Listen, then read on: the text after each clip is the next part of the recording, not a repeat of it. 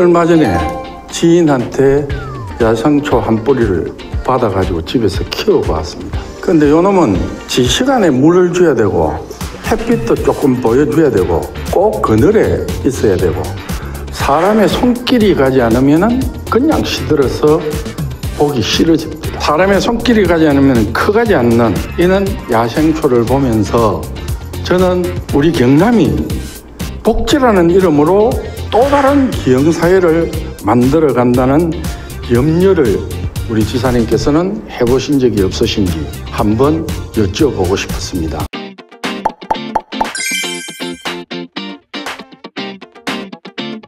한 가지 일례를 한번 들어드리겠습니다. 시골에 가면은 독거노인들이 많이 계시지 않습니까? 독거노인들에게 실시되는 가정 돌봄 도우미 사업이라는 게 있습니다. 이게 종사하는 복지사님들의 이야기를 들자면 요즘 어르신들은 갑이고 복지사들은 을이랍니다. 이 이야기가 왜 나왔냐 하면 처음에는 참 고마워하셨는데 집에 와서 청소도 해주고 이렇게 하는 것이, 근데 요즘은 도를 넘어서 청소해주고 나면은 집에 풀 뽑고 가랍니다. 근데 그것을 하지 않으면 바로 관에 이야기를 해가지고 이 사람이 잘못한다고 이야기를 한답니다. 예를 들었습니다만은 모든 부분에 일어나고 있는 이런 부분들을 한번 점검해 볼 필요는 있다는 생각을 가집니다. 도민들을 돌보는 과정에서 정당한 공무집행을 넘어서는 과다한 요구나 그리고 공무집행을 방해하는 이런 사례에 대해서는 적극적으로 대처해 나가도록 하겠습니다. 다음은 동남권 부울경 협의체 관련 질문을 드리도록 하겠습니다. 2018년도 9월에 김경수 도정이 협의회를 출범시키고 20년도 3대 도정 핵심 과제를 이제 발표를 하고 메가시티 플랫폼 구축 비전도 발표를 하게 됩니다. 거기에 따라서 2019년도 12월 19일 날 울산시청에서 실시한 광역교통망 회의에서 국토부에서 운영하는 대도시권 광역교통위원회, 이게 이제 국토부 산하에 있는 것인데 동남권 지사를 만들어주기 위해서 이제 세계 시도는 건의할 것으로 이렇게 합의를 하고 국토부가 받아들여주지 않았다는데 맞습니까? 강력실무협의회에서 법령 위임의 부재 및 자율적 독립적 집행 권한이 동남권 통합기구의 한계가 있어서 국토부의 부울경 광역교통망 구축 수립 권한을 위임해달라는 이 부분에 대해서는 우리 지사님과 울산시장도 마찬가지지만 꼭 세계단체장이 꼭 세 분이 나서서 이 부분에 대해서는 빠른 시간 내에 좀 해주시면 많은 도민들이 도움을 더 혜택을 보지 않을까 생각을 가집니다. 전체적인 논의 과정에서 이 부분도 포함될 수 있도록 계속 협의해 가겠습니다. 다음은 투산중공업 관련 질문을 드리도록 하겠습니다.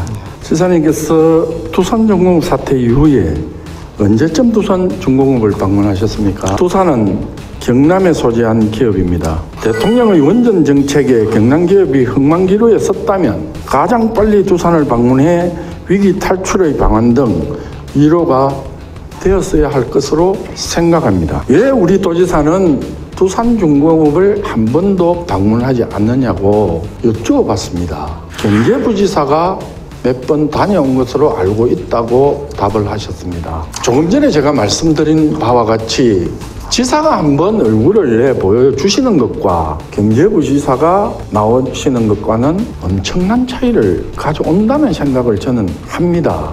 도민의 한 사람으로서 TV에 넥타이 메고 테이프 절단하는 지사의 모습보다는 안전모듈로 서고 팔 둥둥 거진 도지사의 모습이 우리 도민들에게는 굉장히 큰 위안이 되지 않겠습니까? 이런 시기에.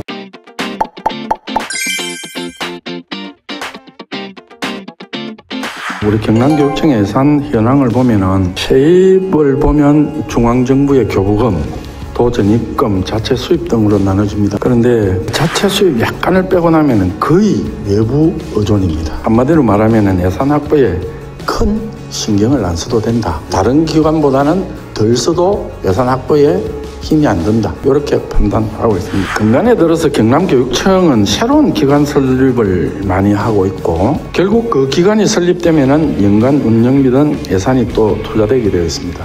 그 중에는 꼭 필요한 것과 아직까지는 이라고 말씀드릴 수 있는 것들이 구분이 상당히 됩니다. 경남교육청 재정이 마냥 조화라는 법은 없었습니다. 그래서 조례로 우리 상임위원회에서 교육재정안정기금을 만드는 조례를 만들었고 그 5번 추경에 처음으로 300억 기금으로 마련되게 되었습니다. 어쨌든 재정 운용은 교육감님께서 신중을 기해서 해주셔야만 어려울 때 우리 어려움을 겪지 않고 안정한 기금으로 대체할 수 있는 기회가 오지 않겠습니까? 그 다음에 온라인 학습 관련 질문입니다. 이번 코로나 사태로 대답 내용처럼 우리 선생님들도 많은 혼선 속에 힘드실 것은 자명합니다. 지금도 끝나지 않는 전쟁 중입니다. 경남교육연구정보원이 이번 코로나 사태에 경남교육 즉 온라인 개학과 원격 수업에 대해 기여한 것이 있다면 어쨌든 우리 경남교육연구정보원은 경남교육청의 싱크탱크 역할을 해줘야 되는 것이지 않습니까? 그런 곳에서 이번 위기 상황을 지켜보는 경남교육계 지켜보는 우리의 입장에서 연구정보원을 바라보는 시각에서는 역할을 제대로 안 하고 계신다. 내부적으로 준비 과정이 아주 미약하더라 하는 것을 느꼈습니다. 좀 더 다독여 주시고 이것은 제가 이번에는 도저히 안 되겠다 싶어서 말씀을 드립니다. 이번에 온라인 학습 중에 교육부에서 하는 디지털 교과서 활용된 적이 있습니까? 상식적으로 이해가 안 가는 것이 이게 예산이 우리 경남교육청 부담금만 18년도 12억, 19년도 23억, 20년도 11억 이게 우리 교육청만 부담하는 것입니다. 시도를 다 합하면 몇백억 되죠. 위기 상황이 도래됐을 때 경남교육청에서 바로 접목시켜서 디지털 교과서를 활용했다면 원격 수업에 작은아마 도움되지 않겠습니까? 선생님들이 편리하지 않겠습니까? 이것이 계속 교육부에서 바로 줄 수가 없으니 경상남도 교육청에 부담금 몫이라는 이름을 달아가지고 주게 됩니다. 누구 배불리고자고 하는 짓입니까? 물론 필요하겠죠.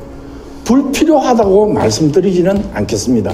그러나 방향을 바꿔야 됩니다. 협의회나 이런 것을 통해서 우리 교육부에 강력하게 건의를 하셔서 제대로 돈을 투자하고 제대로 활용할 수 있는 그런 방법이 선택돼야 될 것으로 생각됩니다. 너무 급작스럽게 다가와서 시행착오가 있었던 것에 대해서는 특별히 챙기고 그 문제는 교육부하고 협의를 해서 보완하겠습니다. 질문을 마치겠습니다.